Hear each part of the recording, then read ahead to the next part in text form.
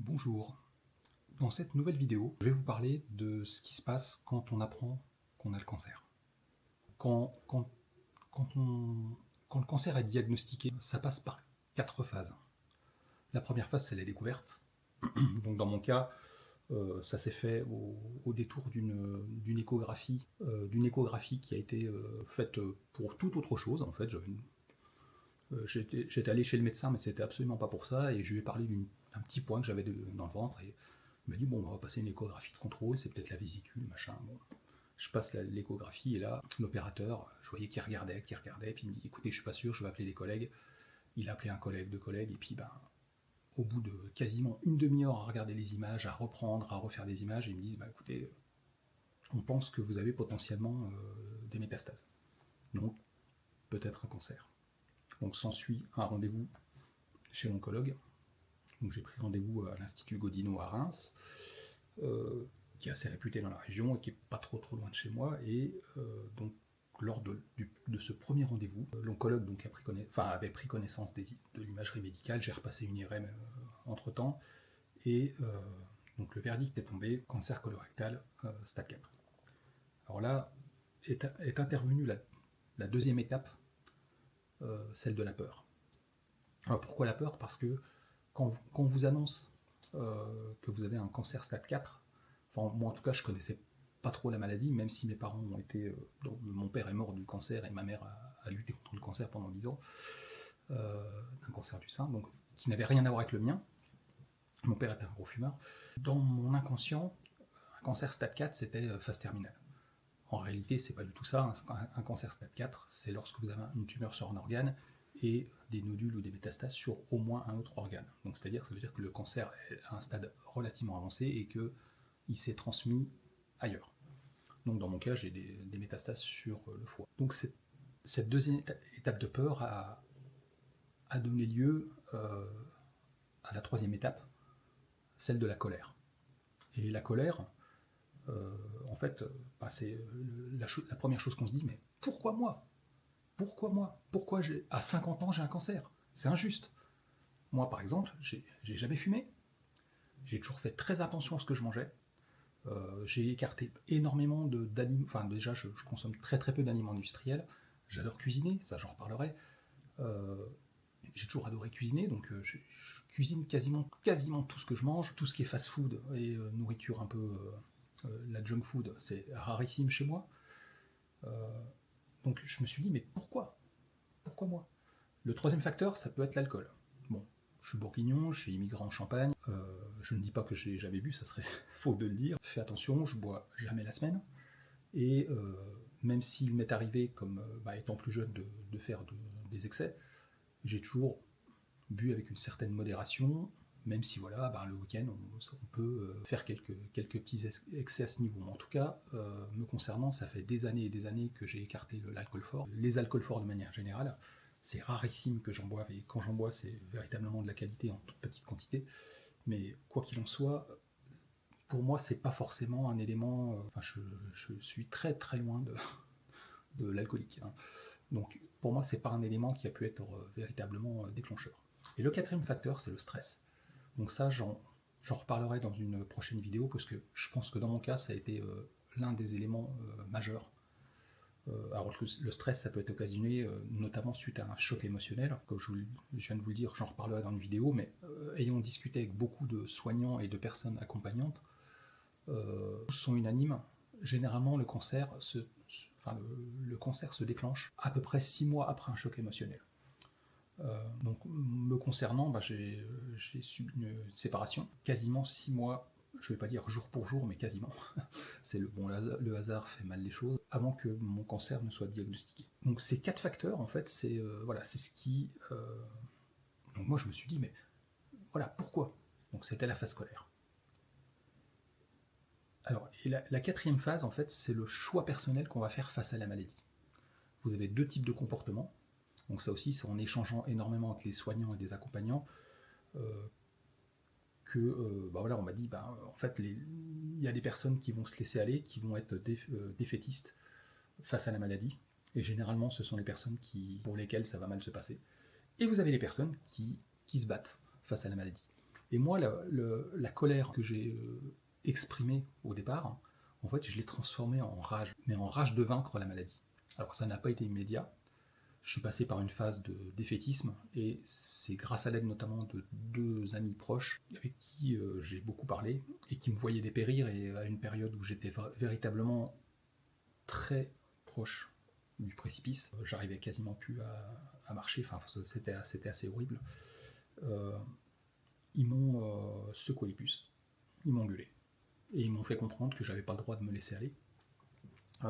Notamment parce que j'avais des enfants, notamment une petite fille de 8 ans, qui n'a plus sa mère, puisque sa mère a disparu dans la nature, donc ça c'est pas l'objet du débat, mais bon voilà, ça arrive, des parents. Et donc elle n'a plus de grands-parents, et donc elle n'a que son frère et moi. Et donc ça m'a provoqué un électrochoc, et du défaitisme, en fait, je suis passé à cette rage de vaincre. Et de l'avis unanime des personnes que je vois presque quotidiennement, d'un jour à l'autre, je suis passé de la personne qui était en train de mourir à la personne qui voulait se battre. Et ça, je pense que c'est un élément déclencheur. Ce choix, en fait, quand on fait ce choix de se battre, on choisit son camp. Et lorsqu'on choisit le camp des battants, en fait, on va mettre en place, inconsciemment ou consciemment, tout un tas de petites choses qui vont nous permettre de lutter contre la maladie et de gagner contre la maladie. J'ai eu une conversation aujourd'hui avec mon meilleur ami, et lors de nos échanges, en fait, on a fait un peu de philosophie de comptoir, et on est venu une chose essentielle, c'est que notre corps, alors on est dedans, on est NAIT, on est dans notre corps. Donc ça c'est le côté inconscient. Mais on est dedans, on est EST, dans notre corps, et ça c'est le côté conscient. Et le fait d'être tombé malade, ça m'a reconnecté à mon corps. Ça m'a fait prendre conscience de ce dernier et de toutes les choses que je pouvais mettre en place, que je faisais peut-être de manière inconsciente, comme faire du sport, bien manger, etc. Mais véritablement mettre en place de manière consciente tout un tas de petites actions quotidiennes pour mon corps, en fait, pour l'aider à lutter, à aller mieux, puisqu'en fait notre corps on n'en a qu'un, et chaque jour j'essaye de faire, entre guillemets, une offrande à mon corps. Donc ça c'est un travail de psychologie, donc je lui parle, ça peut paraître débile, mais je lui parle, et je lui dis qu'il est fort et que je l'aime. Même si j'aime pas ma tronche en vidéo, donc ça c'est pas l'objet du truc, mais donc, le fait de faire ces vidéos, ça a été une épreuve pour moi, parce que je déteste ma tête en photo et en vidéo, et j'ai trouvé cette motivation, notamment c'est une petite étape supplémentaire, c'est une petite action supplémentaire que je fais pour lutter face à la maladie, et je me dis aussi que si ça peut aider d'autres personnes qui sont dans mon cas, voilà, j'aurais gagné mon pari. Toutes ces petites choses qu'on met en place, en fait, c'est ce qui va constituer notre plan de bataille. En quelque sorte, on devient notre propre médecin, et on se fait notre propre ordonnance. Et cet ensemble d'actions dans notre ordonnance, c'est la vie. C'est ce qui nous permet de vivre. La maladie, moi, elle m'a véritablement permis de prendre conscience que y a beaucoup de choses que je ne faisais pas, ou que je m'étais refusé de faire, ou de comprendre. Et c'est une motivation supplémentaire, parce qu'aujourd'hui, j'ai un but. Donc c'est déjà de vaincre la maladie, mais j'ai surtout des projets de vie, d'avenir, et de faire toutes ces choses que je me suis empêché de faire tout au long de mon existence.